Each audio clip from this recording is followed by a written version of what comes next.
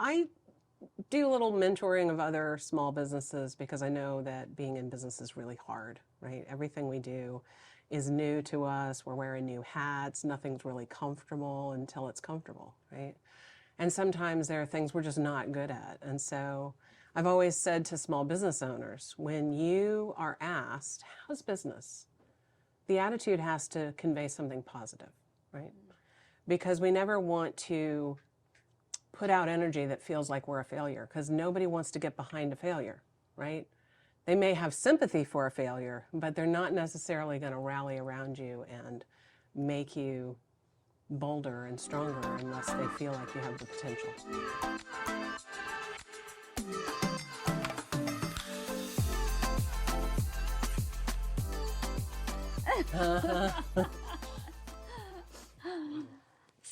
Something in that about, always being fine. What do you mean? Like when people ask, how are you doing? Oh, I'm good. Well, isn't that the stigma about women, that we always are fine? Yeah. Or just that, at least the expectation. And you don't want to start off with like, let me lay it all on you. Because then the other person feels, at least for me, when I've asked people, oh, how's everything? And then they give me all the hardships that they're going through. Yes. Now I'm invested in fixing whatever I'm able to fix. Yeah. Or at least just listening. Yeah. Yeah, because it's a giant offload of emotion and you have to assimilate all of that and process it. So especially if you weren't ready for it. I didn't know we were going to dive into what does it mean to be fine, and how do you answer that question? What does it mean to be fine? How do you answer that question? Well, that is as a business owner, mom, community member. I do a little mentoring of other small businesses because I know that being in business is really hard, right? Everything we do is new to us. We're wearing new hats. Nothing's really comfortable until it's comfortable, right? And sometimes there are things we're just not good at. And so I've always said to small business owners, when you are asked, how's business? The attitude has to convey something positive, right? Because we never want to put out energy that feels like we're a failure, because nobody wants to get behind a failure, right? They may have sympathy for a failure, but they're not necessarily going to rally around you and make you bolder and stronger unless they feel like you have the potential, right? So you always have to kind of show your potential. Mm-hmm. And I really believe strongly in that. And so even in a casual conversation, when somebody's saying, how are you doing? It's not that you want to affect positivity. It's that you want to call that up in yourself. Mm-hmm. Find what is working, right? It's sort of the more redirecting your attention to what is good in your world, and then getting to the parts that are hard if it's appropriate to get there with the person you're in conversation with. I like that, because there's this big buzzword around toxic positivity. Yeah. Have you heard of this? I have not, but it makes total sense. Right. And I kind of have a love-hate relationship with the word, because at least from what I understand, what you're saying is, I don't believe it's toxic positivity to just zero in on and focus in on what is going right. Yeah. And kind of leave the other stuff to the side and get to it if it's appropriate, versus starting off a conversation. But in my prior life, when I was a very toxic positive person, so I've heard, it almost offended people for me to be so positive all the time about all the things, which is funny, because this last 6 months I've been very mentally in the negative from personal things going on, mm-hmm. that I'm not so positive. And it's funny, because now people are like, what happened to your the glass is always full attitude about everything in life? I'm like, it's just chilling to the side right now. We're working on it, but I'm going through and kind of sifting through all the emotions. But it's just funny, because I think it's usually the same people that were like, gosh, everything is just always so great for you, isn't it? When you're little and you come home all sad and dejected because somebody was sort of bullying you, picking on you, bullying is an overused word, but just picking on you or making you feel less than. Yeah. And then your parents say to you, well, it's because they feel less than that they're picking on you, because you have something that you're projecting that they want to pull down a notch. Mm. And I think you have to take that elementary school mentality of remembering that not everybody knows how to call on the positive in their lives, even in the worst of times. Yeah. And that doesn't make you wrong that you're able to do that. It just makes you a great example, right? And some people will get it and really be magnetized by that and want to know how to do that in their own lives. And other people will be completely repulsed by it and think you're made up and false. And that's okay, right? You're toxic. I don't find toxic positivity to be a thing, Yeah, you know, unless I you're agree. just really affecting something, Yeah. right? If you're making it up and it's not really something genuine in your life, then it doesn't belong in your conversation. I actually am now trying to find the super positive people because I know how it like affects me. It brings me Of up, and then course. we're like, versus like somebody who's just down because then I'm gonna like sulk in with them. Yeah, no, that's exactly right. I mean, and people who are depressed or struggling, they need people around them that can help them find what's good in their life. Yeah. You know, I really believe that we are called to be love, right? Yeah. To project love in all that we do and how we serve. So I think love is a very positive thing. So to come off as a positive person or to seek the positive even in the darkest times doesn't make you weak or put on. Have you always been like this?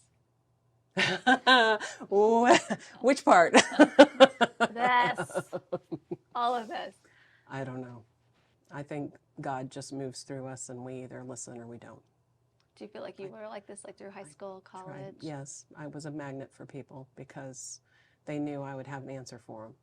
And I don't always feel like I have the answers. It's sort of that be still and listen moment. I'm certainly not somebody who ever feels like I know anything until I know something. Maybe you know how to ask the right questions too, though, even if you don't have the answers. I'm blessed with the ability, maybe coming from being a middle child, because I've talked about this before, of being able to learn from other people's mistakes, right? I don't have to smoke pot to know it's not going to be good for me. I've seen plenty of disasters. Yeah.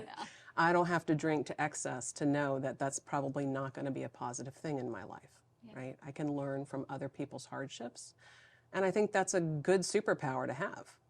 From a young age, I was afraid of everything and everyone, and I was very introverted and shy. And I have a mother who has worst case scenario syndrome all the time. So I think that's a little bit where that's born from, but it's kept us safe. I'm really appreciative of that. And I've learned to move through the parts of that that I appreciate and the parts of that that I feel hold me back. I was going to say, because there's a balance between being so careful that you don't try new things because you're always expecting the worst, versus the complete opposite, which is like jumping off every cliff, hoping that, you know, a net's there to catch you type of attitude.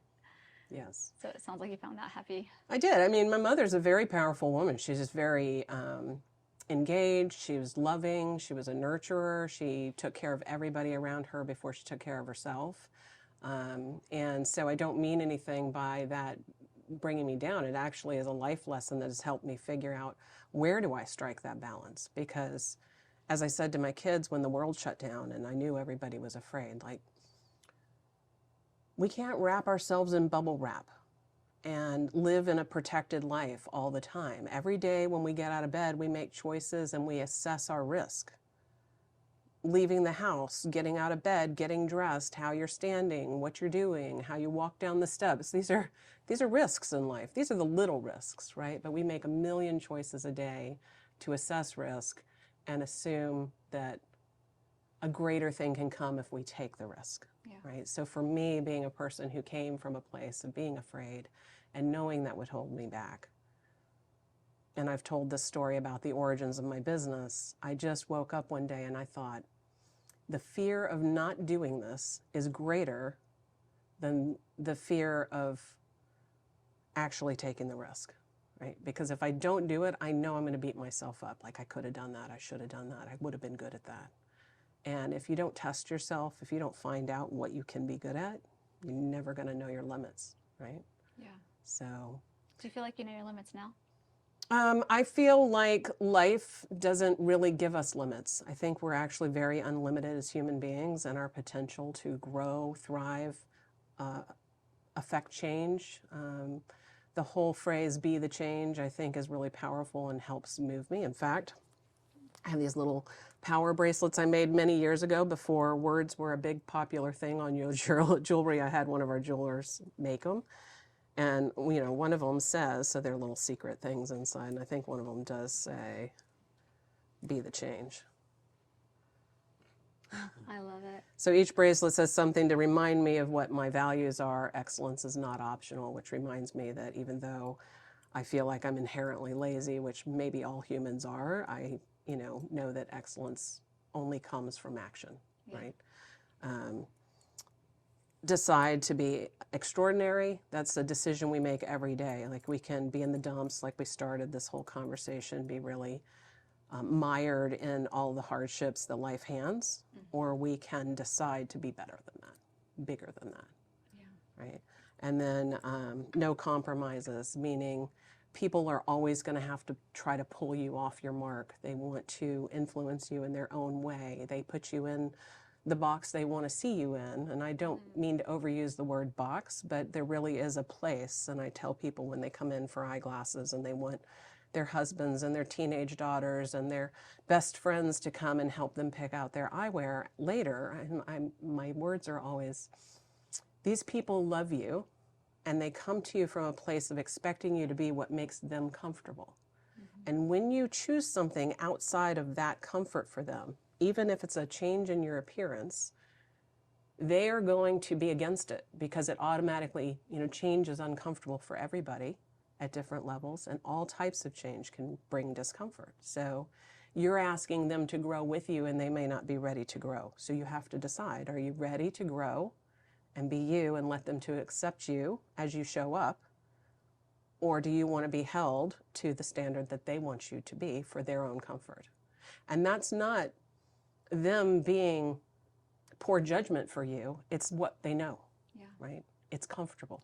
And we're always going to default to what's comfortable. And plus, that just goes to tell me that they actually haven't bought a pair of frames from you yet, because once you buy your first pair, you know not to ask anybody besides Paige. Oh, well, you're very gracious, and I really appreciate that people come to the shop and they like to work with me directly, or they've learned to, that Christina has her own amazing style and way of guiding people, and that each team member has learned that in their own way and delivers it for people. And I'm just very proud of that. I think, it's a heart of service that we come to. And I tell people all the time, people think we make glasses, which we really do very well, but what we really do is manufacture happiness. I love that.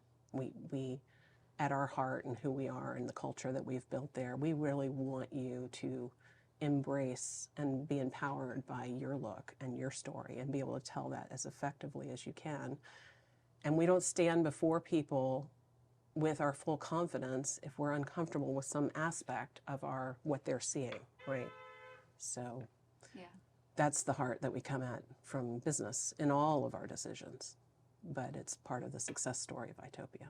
And you've sprinkled that through your marketing, through the way you attract clients, through the client events that you have. Like, you live it and embody it within your brand and business. Thank you. Yeah, I really want people to be comfortable and happy and build a community. I want our clients to cross-pollinate and get to know one another, and I want to create environments where that's possible and comfortable. Because as I said at the beginning, like, I don't come into any social setting comfortable. And maybe people feel like that's put on because they don't see that aspect of my personality, but you can ask my team, like, I have to take some deep breaths and I'm a little nervous and I feel those jitters inside every time I have to go anywhere, even if I think I'm going to know everybody in the room.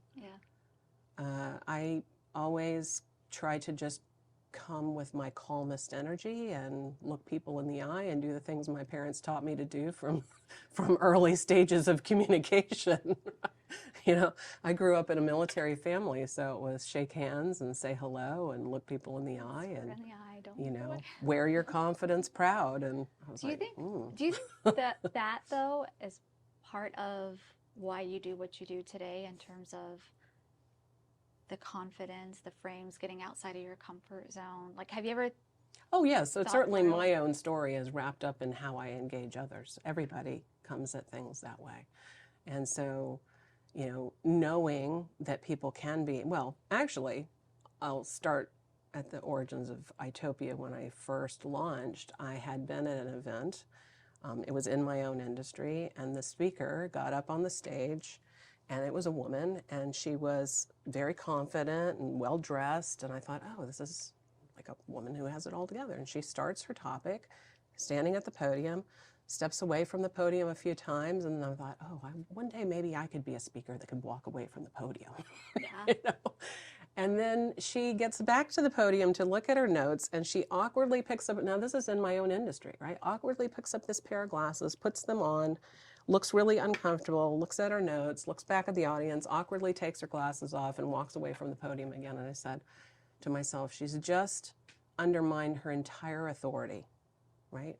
She's shown a lack of confidence in what she's doing. The fiddling with her glasses is creating distraction from her words. And I really want to show women how to show up with their full confidence.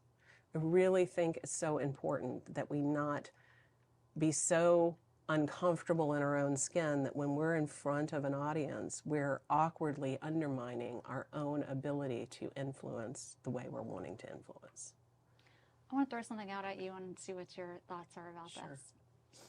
I was just having a conversation with somebody, and I had to explain myself after I said this, but I said, I really don't care about how you feel. And they looked at me and they were like, what?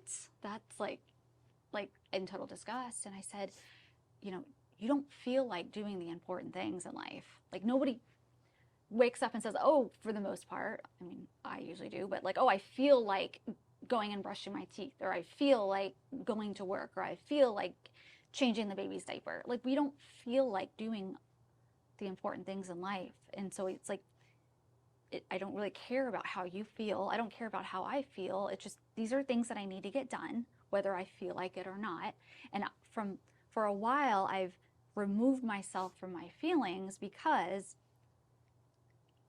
if I just followed my feelings, I'd be in bed in a big old lazy bum, not doing the important stuff.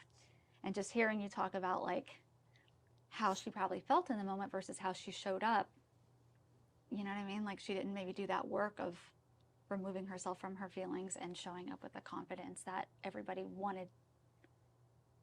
Well, what she really wanted, right? Yeah. You never stand in front of an audience and not want to be at your strongest, most influential moment, right? Yeah.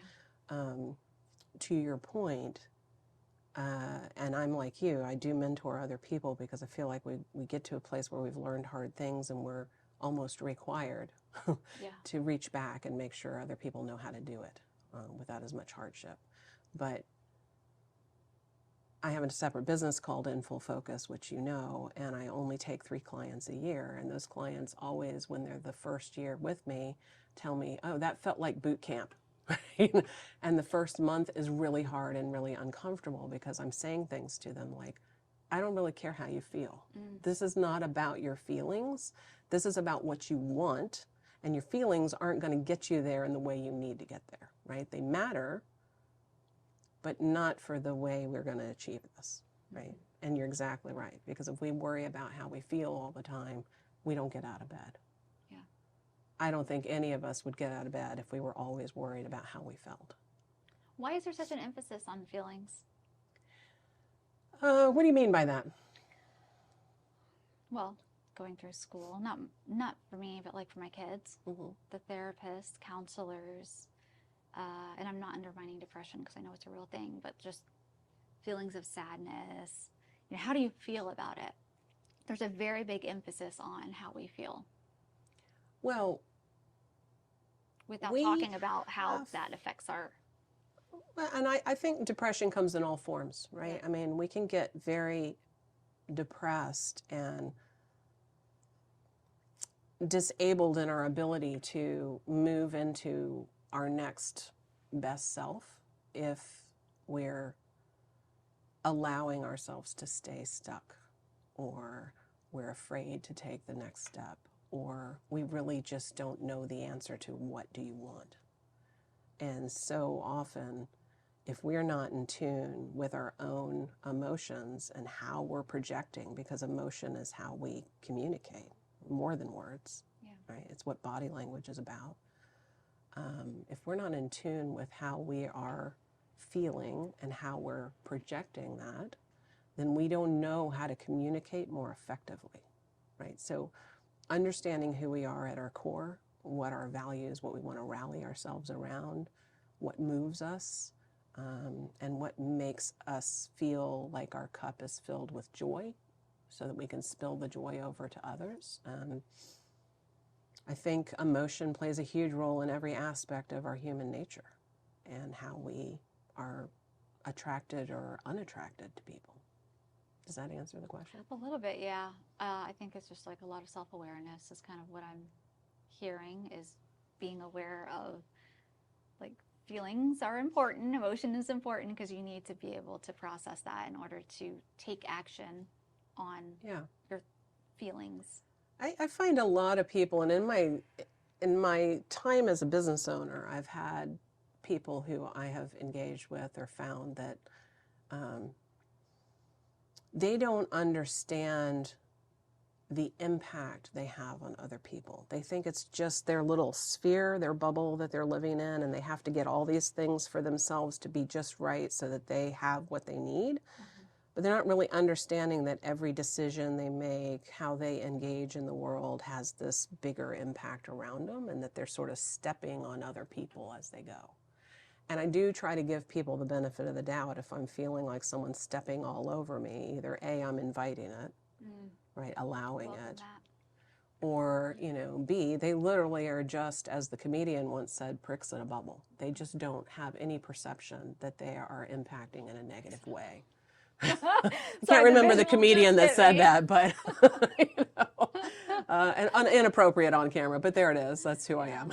On the camera, porcupine pricks, you know, like always watching these people who, you know, I really believe, like, oh, and I say this even, like, I had conflict with one of my landlords, and I was like, he's probably a really nice guy to live next door to. Yeah. Maybe everybody that knows him thinks he's amazing.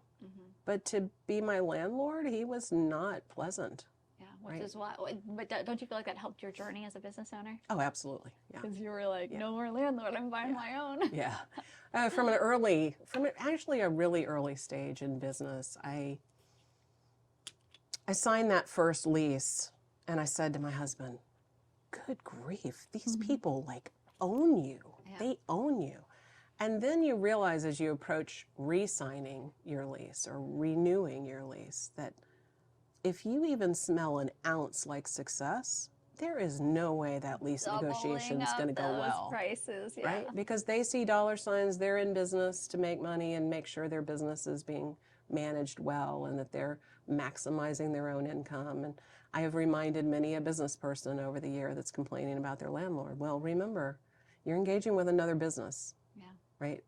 This is not some random jerk that wants bad things for you. He wants to be successful too. So engage your communication with them in that way, right? From that understanding. And if you can't make it work between you, where you're being fair and you expect fair in return, then maybe that's not the lease you want. And I just said to my husband, I don't want to be owned by my landlord anymore. I just don't want to do it. And I've had good landlords, and I've had not so good landlords, and I've had really positive experiences. How about and I've your had really landlord now? Oh, I love my landlord now.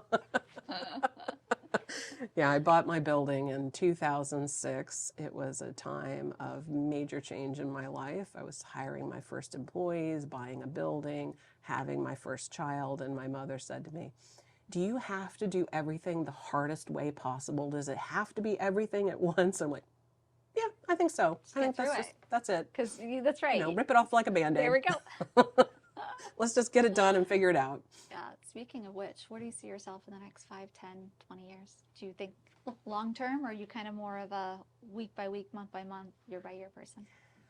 So I've always said that when I turned 45, and I'm 52 now, I went on what I call my next 45, which is probably going to be the title of my book if somebody doesn't beat me to it. Um, so the next 45 was literally, I sort of woke up on my birthday and I was saying to my husband, okay, you know what? I'm going to live to be 90. I'm engaged. I'm going to make sure that to the extent that I have any control of this, my expectation is to, so I'm halfway through life here, which means we need to figure some things out. Like we own a business. What does that look like? What's a succession plan? We have growing kids. Where do we want to live in the future? What's retirement? What age is that going to be? But you're small What's our business owners, goal? are you allowed to retire? Not really. So, you know, I just went on a journey of asking all the questions. And my husband, you know, to his credit, has a good sense of humor. I was like, do we have to figure all that out like this morning before breakfast? Like, well, no, I think I'm on my next 45 now. It's okay. We got some time. Yeah. But yeah, I do. I think that, especially as a business owner, somebody early on in my business when I first launched, I went to a community event, and I remember the speaker saying, "You got to know how the story ends in order to know how to begin." And I thought, "Oh crap, I don't know. Yeah.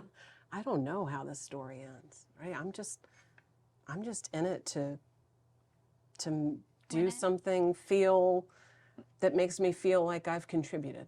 Yeah.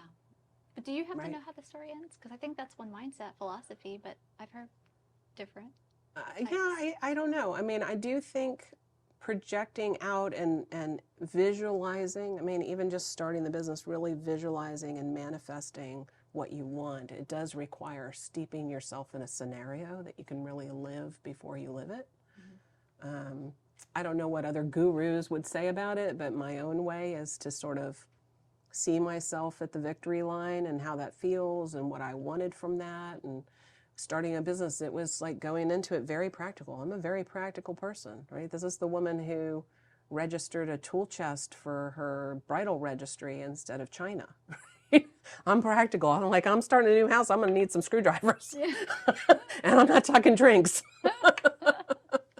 So, yeah, I do think that for me, looking over the landscape, I think that's really been an evolution for my business. That business is a living, breathing process, and that you have to evolve based on what you perceive your future clientele will want. And you have to set the foundation to be there really effectively at the time it comes to full fruition. And if you don't plan ahead, if you don't think about what's that next iteration of business going to look like, how are we going to drive our clients to engage with us, and what's technology changing for us, or how is our industry ebbing and flowing, and if we're not evaluating all those things to start taking our next steps and our next steps and our next steps, then we stumble a lot more frequently than we would want to. So I really do believe for myself, you know, looking even just a couple of years ahead at a time and understanding how our clients are changing and how they buy things, how an entire world shutdown in 2020 changed an entire generation of people. Yeah. And how they're going to want to engage in the future. And, you know, that's a 10-year project. It's just hard if you laid it all out and then like somebody threw a wrench in there and you're like, okay, well. Well, that gives you the ability to adapt, though, right? You were prepared. And I say to everybody, you know, I do something called a refocus retreat in January to sort of get a reset on your mind and sort of take assessment of where you were and then really look forward. What are we looking forward to? And everybody that participated in the January 2020 and was all gauged up and like were prepared, every single one of those women said to me, you know, if I hadn't participated in that, I actually think the shutdown would have been harder for me because I was actually fully engaged and motivated. Yeah. And it really helped build some momentum to me so that I was able to navigate. Their cup was full, so if a little bit spilled out, they still had enough to kind of keep moving. Well, maybe so, or maybe it just changes our confidence, right? Because we were talking about confidence on a stage or confidence with clientele. When you have full confidence behind your actions, then they're not as scary, right? Mm-hmm. And I always default back to that. Let's not live where it's scary, just from my own life perspective. I love that. I love that. Yeah, I've talked to people where they have said, you know, I like to take it I like to see what's kind of on my plate, and then I can pivot and figure out how I want to work with what's given to me. I'm of the mindset though, and I think it's just my personality of no, no, I want to see the finish line, because then if something gets in my way, I know how to navigate around it so I can still get to my finish line versus somebody else or society's or a pandemic's finish line. Yeah. Yeah, I will say, I mean, in thinking about business and a succession plan, that's all very intimidating to me. I've been to multiple conferences since 2018, 2019. I participated in a CEO group and made lots of friends, but I don't know that I took from that something that gave me anything but, oh no. What do you mean? Like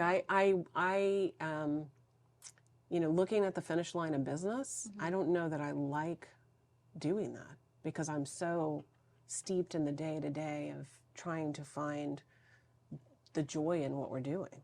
I really think it's so important. Like, we're living this life right now. Yeah. And these mixed messages for people of be present, but look forward, but remember, right? What is that? So where Yeah, are where do we you? exactly? But being present to me means that I remember when I'm hugging my children to really be fully there. Yeah. Right? When they're talking to me and I feel like I don't have time to hear what they're saying, I slow myself down to remind myself, like, they're not always going to be there to talk to me. So I need to be in this moment having this conversation now. That's being present for me. Looking forward is that projecting, you know, what are our goals? What are we moving toward? Where's the path going to take us? You know, I may not have to know how the story completely ends to know that realistically we get to the end of the path at some point, whether we choose it or not. So you might as well plan for it. Yeah. And looking back, it's not looking back with regret, but rather looking back and understanding that built who you are today and gave you an opportunity to move forward. Yeah. You're so eloquent when you speak. Oh, you're gracious. Thank you. What made you want to do I know you said you wanted to be able to give back, but being able to pour into other business owners in your in focus group, what, like, you don't need more things on your plate, do you? No. Why do you do that? It really just comes from someplace deep inside me that feels like, and maybe it's something my dad said. He said to me one time, we don't get any achievement in life without 1,000 people behind us that made it possible, right? And always remember that you didn't do it alone.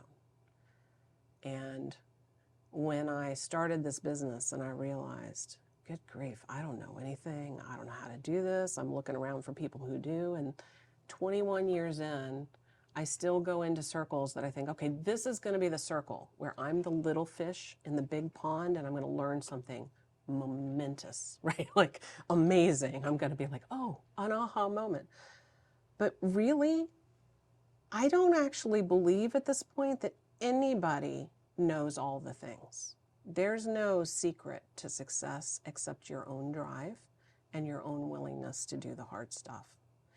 And so in wearing so many hats and learning things along the way, I really do think it's our job as humans to just sort of look around us and see who might stumble into that same trap.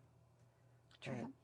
Which hurdle was so hard that nobody should have to learn it that hard way, right? And so I have built over the many years different networks, different circles, different tables of conversation, different platforms to help engage with people and help them find the path that's not needing the machete to get through it. Look, you're visual. I'm a very visual person. I'm so a very visual person too. Metaphors are great. What's something that you find people stumbling on consistently? Whether it's a client or customer coming into your Eyetopia, or it's a business owner that you're having a quick chat with, or they're actually in your coaching program. Yeah, I mean, the unique thing about In Full Focus is that it's not focused on people in business necessarily. It's really about creating a focus plan for your own life, and that our personal lives, us at our most human and basic, is the important center. And then all of the layers that come out of that, everything that we want to achieve outside of that core, right, is different for everybody. And goals can change, and goals can be huge and lofty, and goals could be just simply, I want my laundry room to not look like a complete disaster. That's a good goal. Right? It could be a 1 week goal, it could be a 5 year goal. I don't really care how they come in. I just want to know what it is that's holding you back. What's making you feel stuck? Because most people don't engage with me unless they have a problem that they're trying to solve, right? So at Eyetopia, the problem we're trying to solve is what's that next level of confidence I want to project? How do I want to show up? What's the exterior so that the interior can be fully present or well presented? Yeah. So do you feel that in terms of the number one thing that you see people getting stuck on is simply moving through Our the own stuff. ability, Yeah. We are, I say it all the time. Other people probably say it all the time. We are the biggest hurdle we have to get over, right? And the day I started my business, I started walking around town thinking, okay, I did this. Like I just opened the doors and I'm doing this. And look, we could put a grocery right there, and we need a little thing here, and we could do a jeweler over there, and this town needs a coffee shop. Now we have 3, right? But at the time, there was very little, and suddenly my entrepreneurial mind was open, and my heart was open to what was possible. Like, oh, that hurdle dropped, and now I realize it wasn't as intimidating as I was making it in my mind. And then that helps me problem solve other things in business. Right? Okay, this feels like I am really, really in the weeds, but I'm gonna figure it out. Right? People ask me consistently, why are you so confident? How do you become confident? And I don't ever actually have a good answer to that, besides I just move through it despite how I'm feeling in the moment. Like, yeah. People are like, confidence. It's not really confidence. It's just I do things that I've never done before and have found a sliver of success, and then I just kind of stack on top of that and just keep going. Yeah, you recognize that you are holding yourself back by not taking certain actions. We have what I call the big box of avoidance that's always over here next to us. And we're constantly shoving things into this box of avoidance, and we never go through it. Right? And until you're ready to just go through the box of avoidance and make sure the things that really belong in the trash are in the trash, and the things that you really need to engage with and make sure get done, you're going to always have regret standing right here in the middle. So to live without regret means to not fill up your box of avoidance and leave it, right? Because the box of avoidance is always going to have projects in it you woulda, shoulda, coulda. Yeah. It's like that drawer in the kitchen that you just like the catch-all. You just start throwing stuff in, you avoid it because you don't have to go through it. Drawer in the kitchen, room in the basement, who's counting? Storage unit, yeah. Right, well, all kinds of places, but knowing how to ask for help is one of my biggest, hardest things, right? I had to go through a whole year of coaching myself to ask for what I needed, which sounds so silly, but when it's not in your natural makeup to feel like it's okay to ask, or that you feel so vulnerable asking that you don't want to come off Needy. Being silly, Yeah. right? Needy, I don't know, but I just never want to feel like I feel silly about it. And do you think that's ego? Sure. I think a lot of time our fear of how we show up is our ego, right? Our ego wants to show up at our best. I'm not so fearful of vulnerability, and because I do think transparency and being open and being true to yourself is really an important part of full engagement with others. But yeah, I do feel like that can hold me way back if I'm caught up in my fear of how I'm looking, right? I mean, as long as you get the frames on, the Eyetopia frames, then everything That's else that's is a the theory, at least. Something people say all the time is, oh, I have multiple hats to wear. We need to change that to like, I have multiple frames or eyewear. But I want it to be so positive. Oh, true. Because that's kind of a negative connotation to it, isn't there? Yeah, it's interesting. I mean, I actually brought with me several pair of glasses because I wasn't sure exactly what our format would be and what we'd be doing.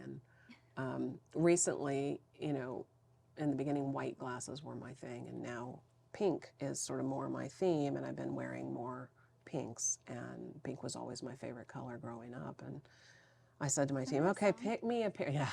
Pick me a pair of glasses and I'll pick a pair of glasses and we'll see how that all works out. And so I picked these, which I wear with full confidence. I feel happy. They make me feel well put together. I really like the look. And then they picked me a pair and I'm like, I feel like I need to be wearing superhero clothes to pull that off. And I don't feel like that superhero most days. So I'm a little bit more reserved about putting those on. Yeah. I keep saying to my family, can I wear these? Can I actually do this? Do you have them with you? Yeah. Can I see them? Uh-huh. So, so this is the look that I picked for myself because it makes me comfortable. And this is the look my team thought I should wear because actually this is part of a collection we're launching this winter called The Frost. And it's pink and it's bright and I feel like I definitely have to have makeup on to pull this off. And it has this really beautiful lens that has an anti-reflective coating. I was going to say, there's absolutely like no reflection. Yeah. As a photographer, I love these frames. You're going to love this coating. And this is the first time I've ever engaged with a coating, you know, in our history. It's always, oh, it's the next best thing, and you never really see it. But this is actually a really amazing lens. So I was saying to my husband this morning, I wish, because Aaliyah would love this lens, but I'm not confident wearing these glasses yet. I feel like I'm a little bit reserved from this look. Oh, okay. And my husband's like, okay, well, just wear the ones you're confident in. Yeah. What does it take to get confident in those frames? I don't know. I think I'm going to have to find a really powerful outfit to go with it to make me feel like the whole thing came together, you know? I do feel like they're a little superhero. Like I feel like this is a little like I need some amazing boots and something a little more fitted than maybe what I'm wearing here. You can't just like half-ass it. You've got to like you got to really own it, right? I just feel like I got to really own this look, and you know it's a very pink frame, but I love the frost. I love the shape. I think it's a really fun and it's chunky. This is a British product. It's just fun. I love it. Thank you. I love it. I like my pink frames though that you bought me. Thank you. Pretty much that I bought from you that you chose and you were like, this is it. And like, yes, it is. And ever since then, it's just, all right, I'm ready for a new pair. Yeah. And then you just pick them out. Well, Aaliyah, you always come at something like you have your opinion. You're very clear-minded. I really appreciate that about you. And even when you're allowing for me to pick out your frames, and you know at Eyetopia, you're still the one that ultimately makes the decision. We've just sort of curated for you. Yeah. But I appreciate even if you don't fully feel the confidence, you always just at least go, yep, okay, this is the one. Or these two. Yeah. You're like, these are the three sunglasses, which by the way, at my last appointment, you know what they told me? What? They said they're doing these like 360. I just went in a couple days ago. These 360 eye checking the back of your eyeballs, essentially. She showed me the thing, and there's a freckle in inside of my eyeball, which she was like, looks like you weren't wearing eyewear growing up, and I'm like, or sunglasses growing up, and I was like, no, actually, you're correct. I just, as an adult, a few years ago, finally started wearing sunglasses. She's like, it's okay, it'll be fine. We're just gonna keep an eye on it to make sure it doesn't grow. But I was like, oh, well, there's actually it's not just, wow, the sun is hurting my eyes, but it can actually do damage inside of your eyeball. I didn't know that. Yeah. Well, you know that's what cataracts are all about. No, right? I didn't. So inside your eye, you have a crystalline lens behind your pupil that your muscles contract or expand to help you focus far and near. And at birth, it's very, very clear and thin, and it's absorbing a lot of the harmful rays early on. And the back of the eye takes on most of its UV and sun damage early in life because that little lens doesn't have enough protection in it yet. So our first 10 years of life we're most vulnerable, which is why we really focus on child eye health. And I did a whole series one year on I'm at the pool with my children, and my children are the only ones here wearing sunglasses. Yeah. Every adult here is in sunglasses, but my children are the only children You're right. wearing sunglasses at the pool, right? And we're most exposed at that age, most exposed around reflective surfaces like water or snow. So depending on where we grow up, where we're exposed to light, all of these things impact our health. Well, I think you need to resurface those. I do. Being here in the video room, I am realizing there are some things that I need to Self-educate redo. us parents about. Even though Yusuf has his cute frames or sunglasses that he wears all the time now, Yeah. thanks to you. Yeah, fun. Anyway, so just to wrap it up, I absolutely love the superhero frames. Is what Yeah, I'm they gonna did. refer to They them. did right. Yeah, they did you well there. Thank you. If you had to give one piece of advice to the world, what would you say?